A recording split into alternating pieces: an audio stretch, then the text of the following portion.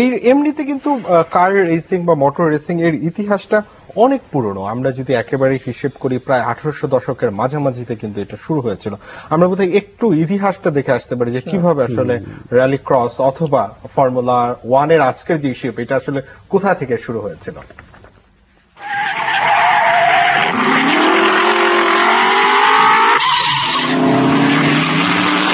আধুনিক ফর্মুলা 1 এর জন্ম 1950-এ।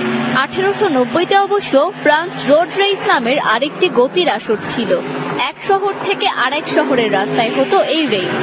1895-তে প্যারিস থেকে বোর্দোর 1200 কিলোমিটার রেস 48 ঘন্টায় জিতেছিলেন লেভাজর। আর গ্র্যাপির আবির্ভাব 1901-এ। প্রথমবার 700 মাইলের ফ্রেঞ্চ গ্র্যাপি জেতেন ফ্রেঞ্চ সিজ। প্রথম বিশ্বযুদ্ধের কারণে অবশ্য খেলাটি বন্ধ ছিল ইউরোপে। দ্বিতীয় বিশ্বযুদ্ধ শেষে প্রথম নন চ্যাম্পিয়নশিপ অনুষ্ঠিত হয় 1946 সালে। সিলভারস্টোনে প্রথম বিশ্ব চ্যাম্পিয়নশিপের আসর বসে 1950-এ। আলফা রোমিও গাড়ি নিয়ে জিতেছিলেন ইতালির গুইসেপ ফারিনা। দ্বিতীয় হওয়া তার দলেরই আর্জেন্টাইন হুয়ান ম্যানুয়েল ফাঙ্গিও এরপর জেতেন 5টি চ্যাম্পিয়নশিপ। মাইকেল শুমাখার ভাঙার আগে সেই রেকর্ডটি টিকে ছিল 45 বছর।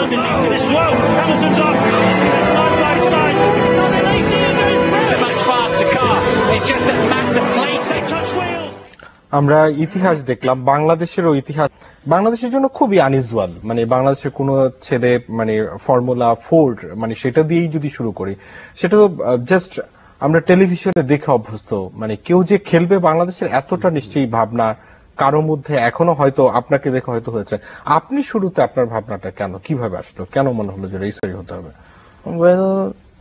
সত্যি বলতে যেটা হচ্ছে আমাদের দেশে খুব কমন একটা চিত্র হচ্ছে, ধরুন আপনি ফুটবলার কিংবা আমরা নর্মালি আমরা সোসাইটিতে যারা বসবাস করি দেখা যাচ্ছে যে কাউকে বলে চলো ক্রিকেট খেলি, আমাদের পাশে মাঠ আছে, ফুটবল খেলি মাঠ আছে, বাট আপনি যদি রেসিং এর কথা বলেন তখন এটা কি জবাব দিবেন যে চলো রেস করি, পাবলিক প্লেসে খেলবেন, এটা ইলিগেল, এর কোনো ফিডব্যাক নেই, কোনো ডেজিগনেশন নেই, কোনো ডেস্টিনিও নেই। বাট আপনি যখন ইউরোপ কান্ট্রি কিংবা আমাদের দেশ ছাড়া যদি অন্য কোনো দেশে যান, ওরা কিন্তু এই কথাটা ইজিলি বলতে পারে চলো রেস করি। কোথায়? রেস ট্র্যাক, স্পেশালি তাদের ফিল্ডের রেস ট্র্যাক বানানো আছে। তো সেই ক্ষেত্রে চিন্তা করলাম বর্তমানে ফুটবল বলেন কিংবা ক্রিকেট বলেন 20 বছর আগে মানুষের সবাই এইভাবে কল্পনা করে নেই অলরাউন্ডার আমাদের দেশে থাকবে, অর্থাৎ সাকিব আল হাসান। তো এর মানে এই না যে মাইকেল শুমাখার আমাদের বাংলাদেশের জন্ম হবে না, অবশ্যই কেউ না কেউ আছে, বাট এটাকে তুলে আনতে হবে এবং কেউ না কেউ আগিয়ে আসতে হবে। তো হয়তোবা সেটা আমার দ্বারা স্টার্ট হয়ে গেল, কারণ আমার ওইরকম একটা ইচ্ছা ছিল, বসে থাকবো কেন, কেউ না কেউ যদি স্টার্ট করতে হবে হয়তোবা কেউ করে, তার মানে আমাকে এটা করা লাগবে। এই জন্য আমি চিন্তা করলাম যে আগে বাইরে যে ট্রেনিং নেই, 2-1টা রেস করি, দেন হয়তোবা ভবিষ্যতে কেউ না কেউ হয়তোবা অর্গানাইজার হিসেবে এগিয়ে আসবে, যেমন অলরেডি আমাদের প্রোগ্রামে আছেন একজন। তো এটাই আর কি মূল ভিশন।